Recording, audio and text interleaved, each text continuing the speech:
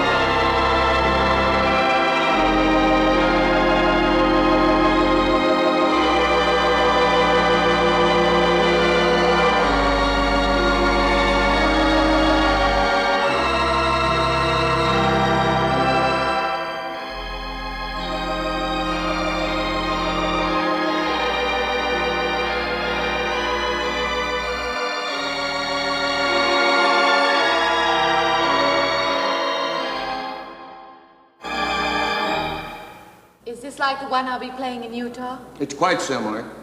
I supervised the installation myself. The accident won't delay your going, will it? No. I'm leaving this morning. There's nothing I can do here. That's right. Well, Mary, you'll make a fine organist for that church. Be very satisfying to you, I think. It's just a job to me. Well, it's not quite the attitude for going into church work. I'm not taking the vows. I'm only going to play the organ. Oh, you want more than that? Of course, it doesn't pay much, but, well, at least it's a start. Are you driving by Benton to see your folks? No, I can't. I must hurry. I've got to leave. I'm going to drive straight through. Mary, it takes more than intellect to be a musician. Put your soul into it a little, okay?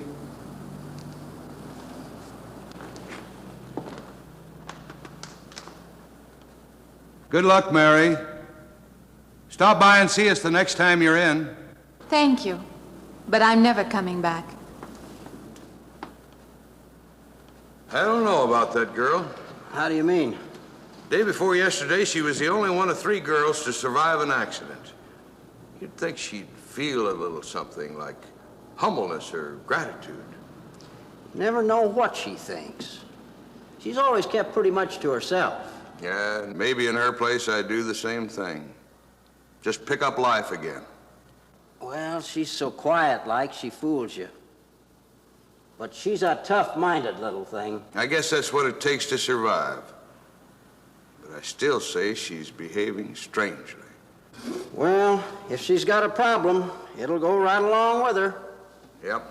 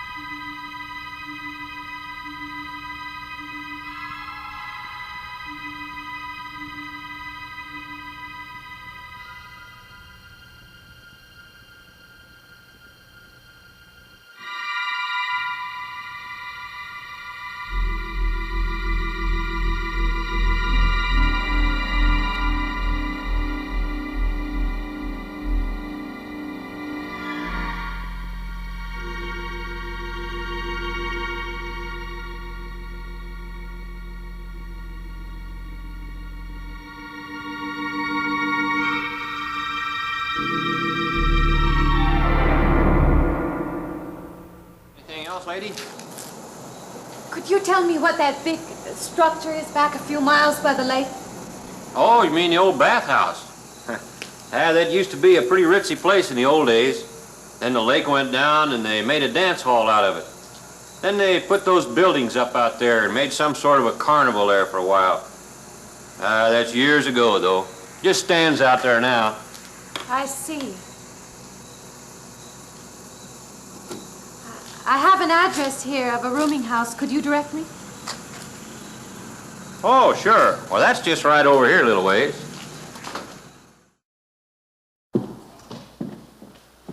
And this, Miss Henry, is our pride and joy. You know this was made in the same town where I've been studying. Of course. That's where we heard about you. Oh, by the way, you have found a place to stay. Yes, I have a room. Good. Well, we hope you're going to like it here. We're not the largest church in this area, of course, but we have a nice congregation. We'll have to have some sort of reception. They want to meet you. Couldn't we just skip that? Skip that? Well, I don't suppose it's an absolute necessity. I don't know what some of the ladies will say. If they say I'm a fine organist, that should be enough, shouldn't it? Well, yes, of course. We'll let it go at that for the time being. But, my dear, you cannot live in isolation from the human race, you know. Mind if I try this now? I want you to.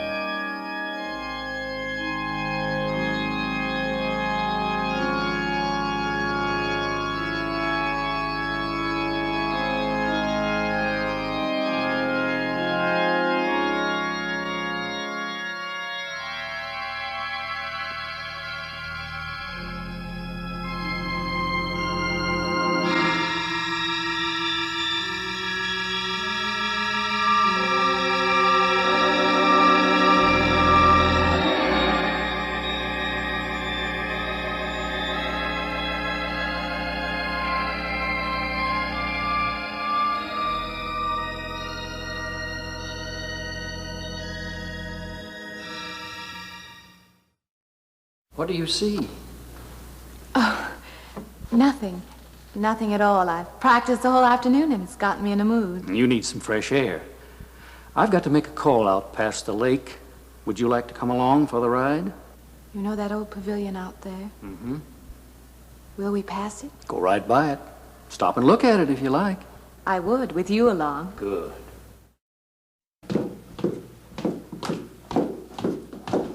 I thought that'd be you. Good evening. That organ playing must take a long time. You've been gone most the whole day. I went for a long drive in the country with my new boss, an elderly minister. Oh, that must have been a kick in the head. I learned that from my other boarder, Mr. Linden. Did you get your supper? Oh, I forgot.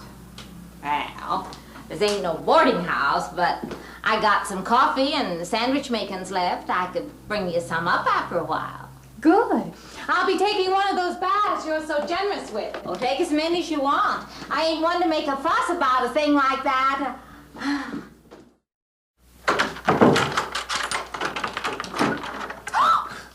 I thought you were Mrs. Thomas. Yeah, I wondered when you asked me in. I'm John Linden. I'm your neighbor right across the hall. Oh, nice to meet you. Would you excuse me? Hey, I was just wondering if You're you're not doing it. Stand right there.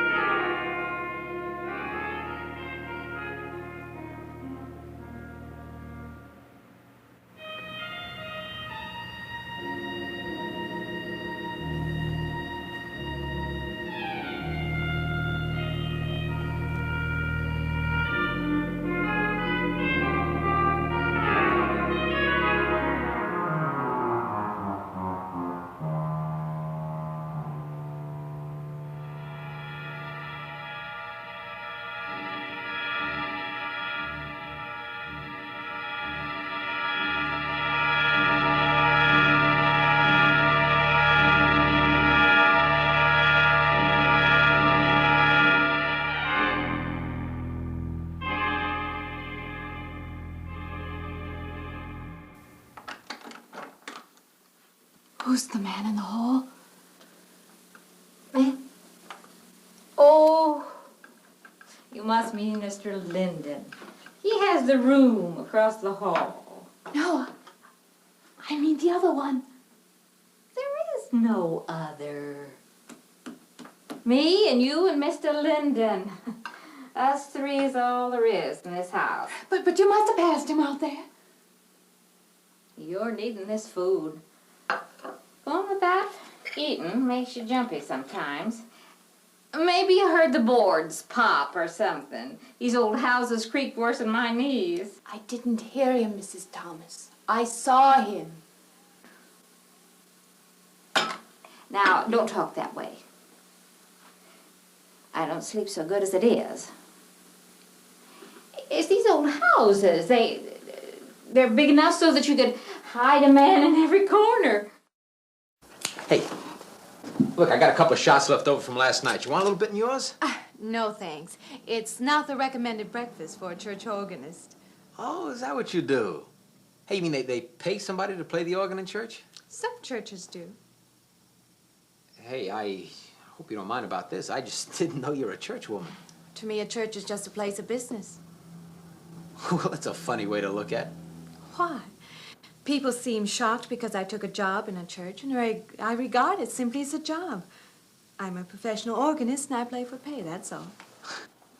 Thinking like that, don't that give you nightmares? Strange you should say that. As a matter of fact, not for that reason, mind you, but I had the strangest feeling last night. Yeah, I had kind of a lost night myself.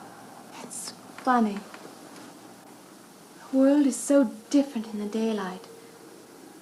But in the dark, your fantasies get so out of hand. But in the daylight, everything falls back into place again. Let's have no more nights. Or let's make them more interesting, huh?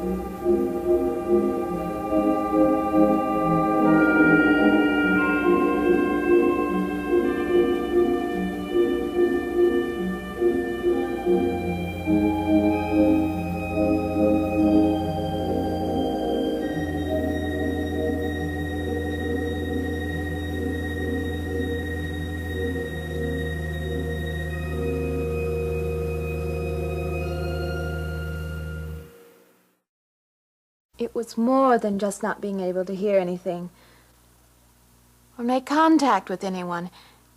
It was as though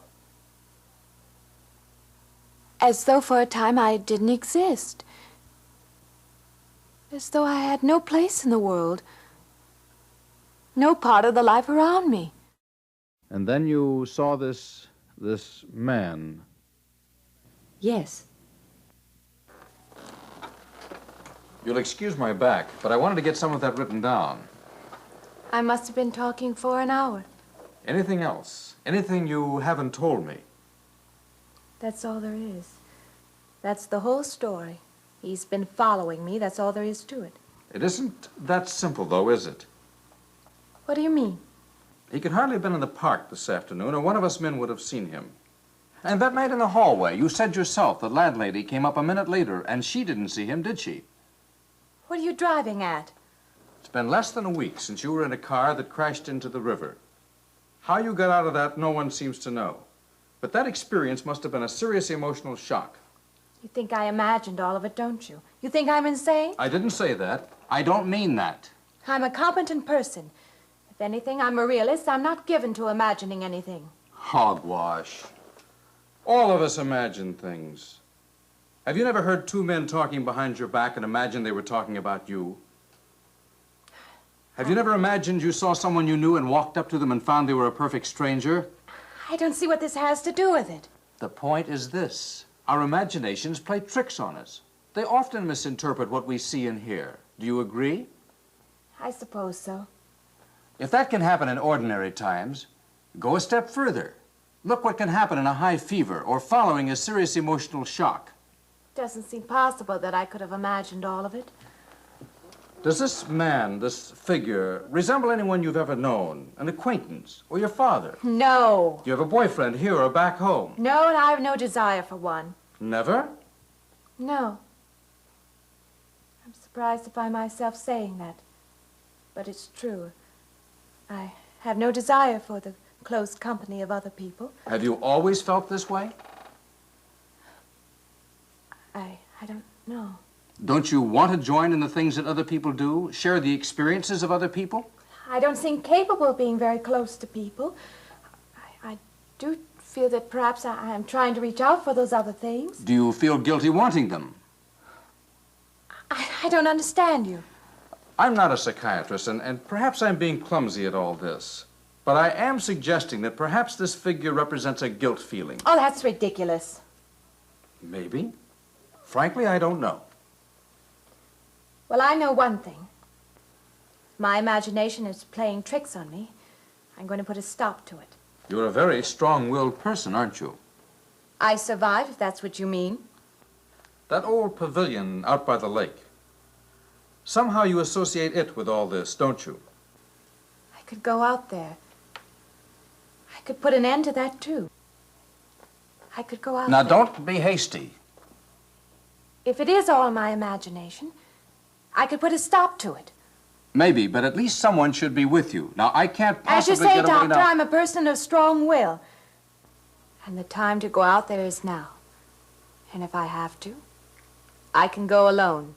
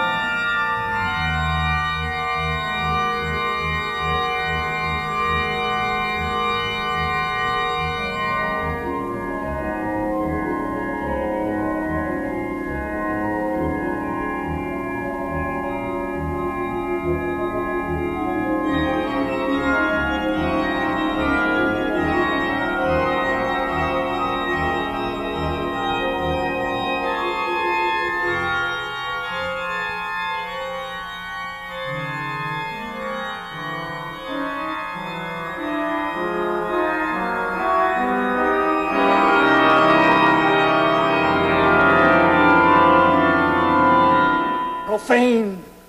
Sacrilege! What are you playing in this church? Have you no respect? Do you feel no reverence? And I feel sorry for you and your lack of soul. This organ, the music of this church, these things have meaning and significance to us. I assume they did to you. But without this awareness, I'm afraid you cannot be our organist. In conscience, I must ask you to resign.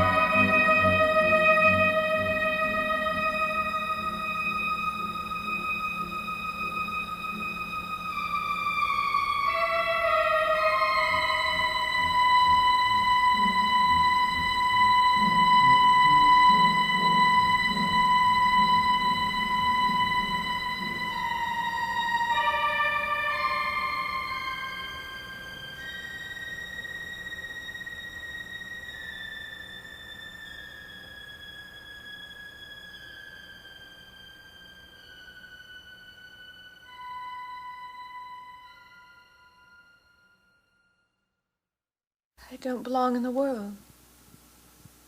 That's what it is. Something separates me from other people. Everywhere. They're everywhere. They're not going to let me go. Everywhere I turn, there's something that's blocking my escape. He's trying to prevent me from living. He's trying to take me back somewhere. I can't fight anymore. I don't know what's real anymore. I came to you, Doctor, because you're my last hope. If you don't help me, I'll have to go back there. He's trying to take me back somewhere. Doctor, you've got to tell me what to do.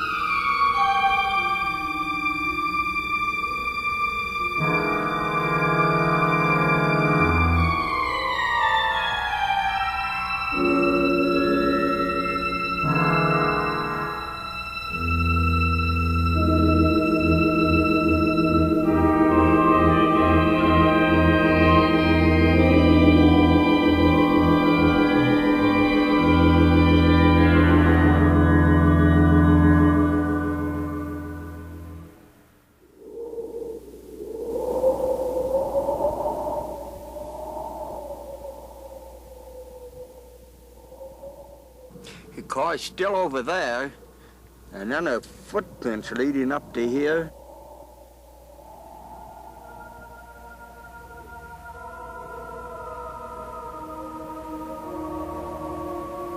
And then nothing.